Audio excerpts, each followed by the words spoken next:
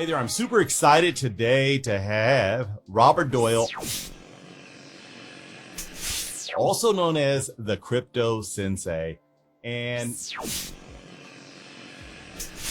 for those of you that aren't familiar with Robert Doyle, this is a person that is a rock star in the crypto space. He is a major influencer, has made millions upon millions of dollars in the crypto space, has been written up, and completely verifiable stuff. There's a lot of people out there that say they've done things in crypto, but when you go to verify it, you can't. This is a person that his group, Cryptonairz, and his masters of blockchain have taken crypto by storm. With that being said, I like to say welcome, Crypto Sensei. Welcome. Thank you guys, Deborah, Stormy. Thank you for having me. I really look forward to this conversation, and I hope we can teach something to somebody here. So, absolutely. Let's start off with the one thing that everybody's trying to figure out right now. There's this the $1 million question is, first, well, there's two.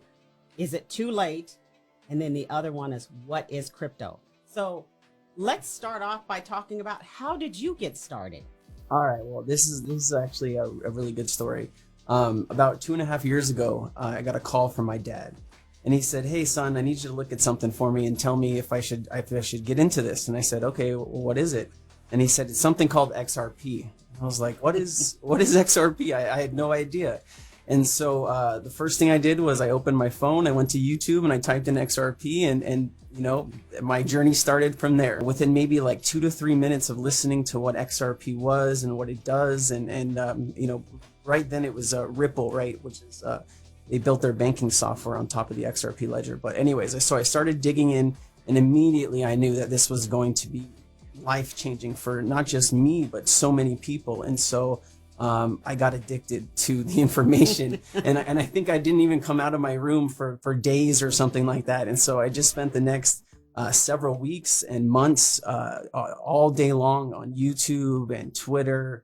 You know, I didn't tweet, or I wasn't even really involved in Twitter before I found crypto. And so I just dug in, and I knew immediately that this was going to be the future of finance and technology.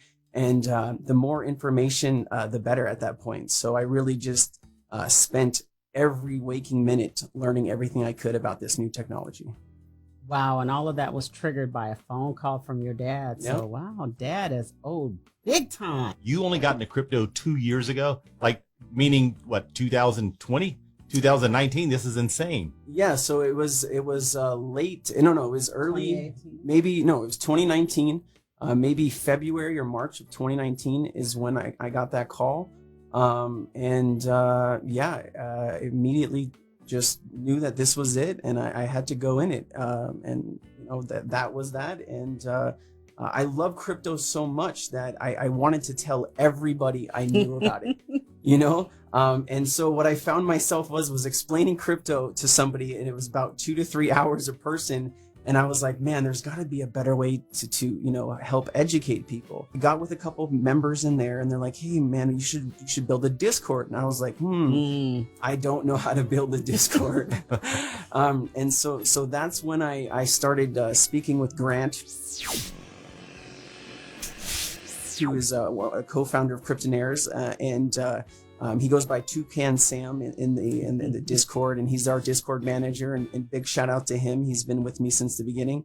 And yeah, we just, he built the Discord, and then we started to just get information put into it. You said something interesting. You've mentioned Cryptonairz a couple of times. So can you tell us a little more about what is Cryptonairz? What do we do in Cryptonairz? All right, thank you for asking that. So we wanted to build a platform where we could educate people. And so there's all kinds of people in crypto, right? There's the brand new people that don't know anything, right? Yes.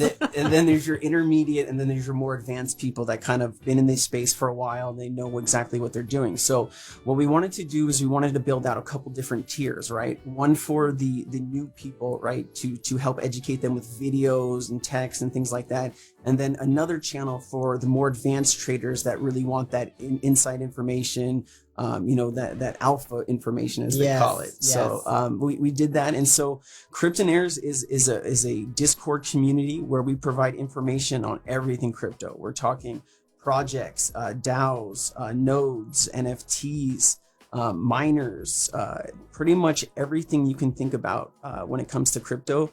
We produce content. We have 35 team members that work for Cryptonairz who all provide content day and night. So I've got a question for you, because you just threw out a complete mouthful. You I said did. you've got 35 people that are looking at projects, Yep. nodes, DAOs, NFTs.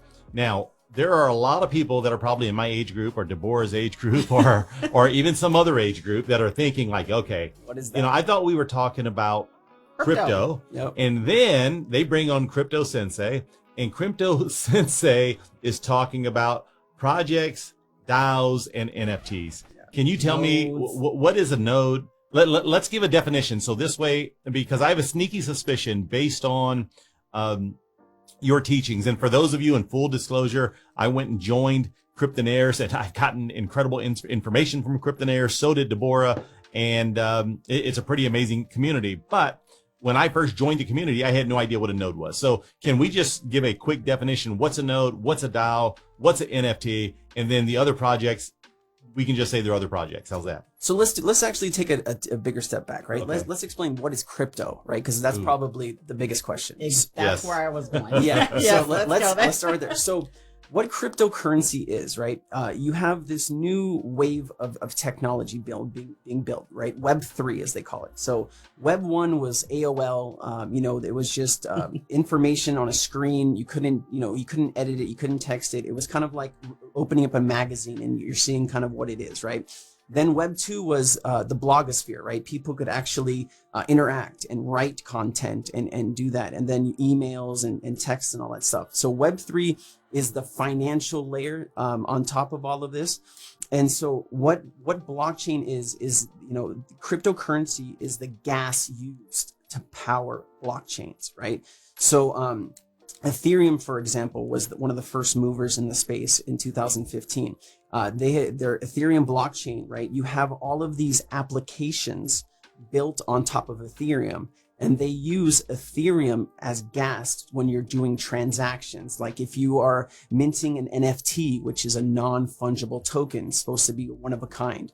So if you're minting an NFT on the Ethereum blockchain, you're going to pay a gas fee, which is Ethereum, right? And so you pay that fee to interact with the network, right? So cryptocurrency is just the gas used to power this new technology.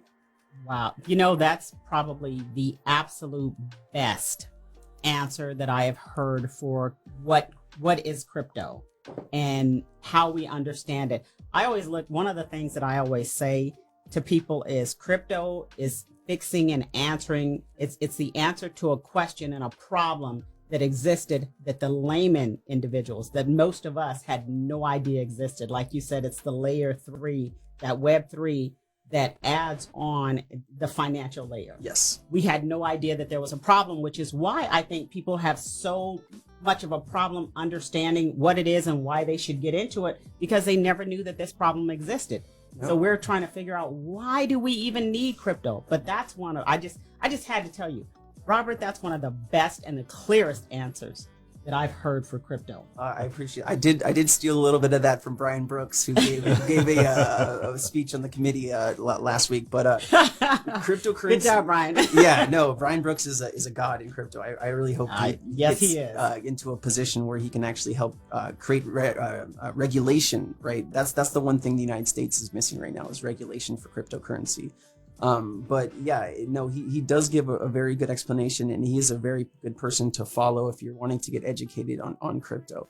Brian Brooks, there you go. Now, the next thing that I wanted to ask, as we're leading into the nodes and the DAOs and the all of those things that that's a foreign language to most people. Yep. Is you were talking about a team. So I want them to understand, because quite often we're receiving information and it's from one person. And in Cryptonairz, it's not from just one person, there's a team. Can you tell us a little bit about your team so that we can understand how you can effectively be experts in all of these Sure. So what we look for is really we're having people brought in that are really excited about a certain area of crypto, right? Okay. Whether it's NFTs or projects or DAOs or nodes, and we'll get into explaining kind of what some of that stuff is. But what I like to do is I like to bring in the most passionate people I can find that really understand maybe one good area of cryptocurrency. And then what I do is I bring them on and put them on a team, right? So I usually have a team of 4, right? So we have an NFT team, we have an NFT manager, and the manager manages the people in the Cryptonairz. And so we really like to just make sure that they know what they're talking about, they know what they're doing, and they're very passionate about it. So we divide everybody up into these teams, and they just create the content, and we as managers manage the content, make sure it's accurate, make sure it's good, and then we put it out to the community. So we don't have a jack of all trades and a master of nothing going on here. Okay, exactly, great. Exactly. So there's not one person that can know everything, right? And so it's really a situation where you want to get people in that really love the space, and they really like spending most of their time. This is actually like a second job for most people, right? They're spending 40 to 50 hours a week, gymming up information for the Discord. And so it's a really good space to have people come and learn. And it's a very safe space, right? You get a lot of scams in crypto, right? If you go on Telegram, that is a terrible place to get help, right? You say, hey, I have a question, I need help. And then 15 messages come in saying they're admins for the particular group. And just send me your wallet address. Send me your seed phrase. Little piece of advice, guys, never give your seed phrase to anybody. That is like giving your bank account and the keys and your ATM card and your PIN code and just saying, hey, here you go. Please don't rob me. So please don't. Yeah, please don't. Right. I asked, please. People have given away their seed phrases. Yep. How is that even possible when they know they're not supposed to do it and they still do it? How are these criminals just that good? So there's some certain situations. So when you create a cryptocurrency wallet, right? What you get is when you build out the wallet, you usually get a 12 to 24 word passphrase to get into that wallet, in case, like, if you open up a wallet on your phone or your computer, if there's a fire or you lose your phone or something happens to it, you're able to get back into your wallet to get your money, right? To get your cryptocurrency, right? And so your seed phrase should be something that you write down on paper. You never want to put it in an electronic device or save it to your computer, because if you are hacked or one of your friends that doesn't like you too much comes over and gets your seed phrase, then you have some serious issues. I write stuff down on a notepad, and I keep it in a safety deposit box. So that's where I keep my secrets. And good idea. Yeah, definitely. So you have to get past, not only do they have to find out where it is, then they have to be able to get the banker to let them in as you, and then make sure they have the key. And so there's so many different layers. So that's a great idea, because for most of us, that's where we keep everything, is we're putting it in our phones or our computer, and we're going the lazy way, even if it's LastPass. Yeah. We're going that way where, okay, it'll be there, so it'll just automatically connect. And in this case, we don't want to do that. Is that what you're saying? Yeah, you definitely don't want to. So yeah, the best way to do this is actually to write it down. And I would actually do it in 2 places, right? So, it's always good to have a backup in case something happens.